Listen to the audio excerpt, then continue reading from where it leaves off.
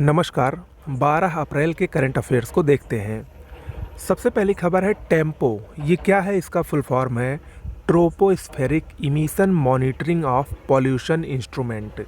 ये नौसा द्वारा, नासा जो कि अंतरिक्ष एजेंसी है अमेरिका की, उसके द्वारा लॉन्च एक वायु गुणवत्ता मॉनिटर है। इसका काम क्या होगा? ये अंतरिक्ष से हर घंटे वायु प्रदूषण पर नज़र रखेगा और ये पहला उपकरण है जो अंतरिक्ष में जाके वायु प्रदूषण पर नज़र रखेगा। कैसे वायु प्रदूषण पर? जो ट्रैफिक की वजह से होते हैं, जंगलों में आग की वजह से होते हैं और जो ज्वालामुखी की वजह से होने वाले वायु वो विभिन्न प्रकार के प्रदूषण हैं, उसकी जानकारी के लिए, उसको मेज़रमेंट करने के लिए इस मॉनिटर को लगाया गया है नासा द्वारा और इसका नाम रखा गया है टेम्पो। याद रखिएगा। अगला बहुत ही महत्वपूर्ण जो खबर है वो चुनाव आयोग से है। देखिए, चुनाव आयोग एक संवैधानिक संस्था है। अनुच्छेद 324 से लेकर अनुच्छेद 329 तक में चुनाव आयोग का वर्णन है।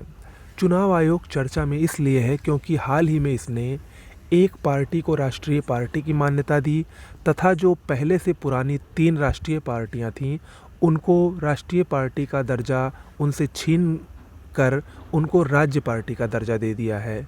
यानी आम आदमी पार्टी, जिसके संयोजक अरविंद केजरीवाल हैं, इसको अब राष्ट्रीय पार्टी का दर्जा मिल गया है। यानी अब आम आदमी पार्टी राष्ट्रीय पार्टी बन गई है। जबकि जो पहले की 3 राष्ट्रीय पार्टियां थीं, ममता बनर्जी की तृणमूल कांग्रेस टीएमसी, राष्ट्रीय कांग्रेस पार्टी एनसीपी जिसके प्रमुख शरद पवार हैं, सीपीआई जो कि कम्युनिस्ट पार्टी के नाम से जानी जाती है, इन तीनों से राष्ट्रीय पार्टी का दर्जा चुनाव आयोग ने छीन लिया और अब ये राष्ट्रीय पार्टी ना होकर राज्य पार्टी, क्षेत्रीय पार्टी हो गई हैं। तो इस तरीके से जो पहले कुल मिला के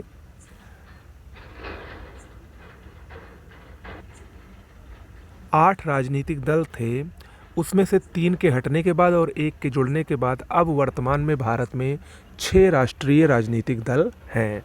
कौन कौन से? भाजपा, बीजेपी, कांग्रेस, मार्क्सवादी कम्युनिस्ट पार्टी यानी सीपीएम, बीएसपी यानी Bahujan Samaj party, nationalist people's party यानी एनपीपी और आप यानी आम आदमी पार्टी। ये अब 6 भारत में राष्ट्रीय राजनीतिक दल हैं वर्तमान में। अगर हम बात करें कि कोई पार्टी राष्ट्रीय पार्टी कब बनती है, उसके लिए क्या क्राइटेरिया है, क्या नियम है, क्या शर्तें हैं, तो उसके लिए 3 प्रमुख शर्तें देख लीजिए। हो सकता है परीक्षा में ये आ भी सकता है। सबसे पहली शर्त है कि उसको 4 राज्यों में कम से कम क्षेत्रीय दल का दर्जा प्राप्त होना चाहिए। कम से कम 4 राज्यों में उसको 6% वोट मिला हो विधानसभा चुनाव में तथा लोकसभा की कुल सीटों में उसको 2% सीटें कम से कम 3 राज्यों से प्राप्त हों। ये 3 शर्तें दी गई हैं। अगर इसमें 3 शर्तों में से कोई भी शर्त कोई भी पार्टी पूरी करती है तो वो राष्ट्रीय पार्टी बनने की दिशा में अग्रसर होती है। दूसरी बात, राष्ट्रीय पार्टी बनने के क्या फ़ायदे हैं?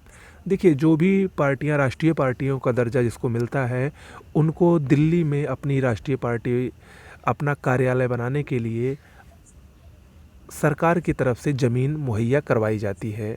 उनको दिल्ली में खुद की बिल्डिंग बनाने के लिए या बिल्डिंग उनको प्रोवाइड की जाती है या बनाने के लिए ज़मीन दी जाती है, पहली। दूसरी, उनको दूरदर्शन और आकाशवाणी पर प्रचार करने के लिए समय भी दिया जाता है। तीसरा, अगर कोई पार्टी राष्ट्रीय पार्टी बन जाती है तो उसके पास जो स्टार प्रचारक हैं वो असीमित हो सकते हैं। यानी लगभग 40 से ज़्यादा स्टार प्रचारक हो सकते हैं अगर कोई पार्टी राष्ट्रीय पार्टी बनती है। इसके अलावा वो एक ही सिंबल पर पूरे देश में चुनाव लड़ सकती है। उसको अलग अलग राज्य या अलग अलग चुनाव के लिए अलग अलग सिंबल्स की आवश्यकता नहीं होती है और उसके सिंबल्स पर किसी का हस्तक्षेप भी नहीं हो सकता या किसी का अधिकार भी नहीं हो सकता। तो ये कुछ प्रमुख फ़ायदे हैं राष्ट्रीय पार्टी बनने के। ओके, चलिए अगली खबर देखते हैं। अंतर्राष्ट्रीय योग महोत्सव 2023 योग दिवस के 75 दिन की पूर्व संध्या पर असम के डिब्रूगढ़ से अंतर्राष्ट्रीय योग महोत्सव का प्रारंभ केंद्रीय आयुष मंत्री, वन, पोत परिवहन मंत्री सर्बानंद सोनोवाल जी ने किया।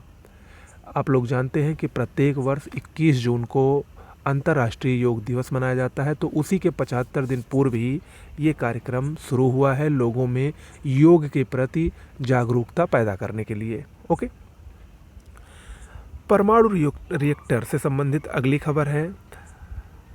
केंद्र सरकार ने हाल ही में 10 नए न्यूक्लियर रिएक्टर स्थापित करने की घोषणा की है और ये रिएक्टर कहाँ कहाँ पर बनेंगे? कर्नाटक के कैगा में, हरियाणा के गोरखपुर में, मध्य प्रदेश के चुटका में 2-2 रिएक्टर लगेंगे, जबकि राजस्थान के माही बांसवाड़ा में 4 रिएक्टर बनेंगे।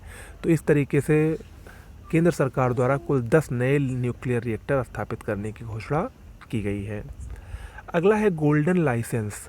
ये बहरीन द्वारा प्रारंभ किया गया है। किस लिए प्रारंभ किया गया है? बड़े पैमाने पर निवेश परियोजनाओं को आकर्षित करने के लिए। ओके, तो आज के करंट अफेयर्स में इतना ही। मिलते हैं कल एक नए वीडियो के साथ। नमस्कार।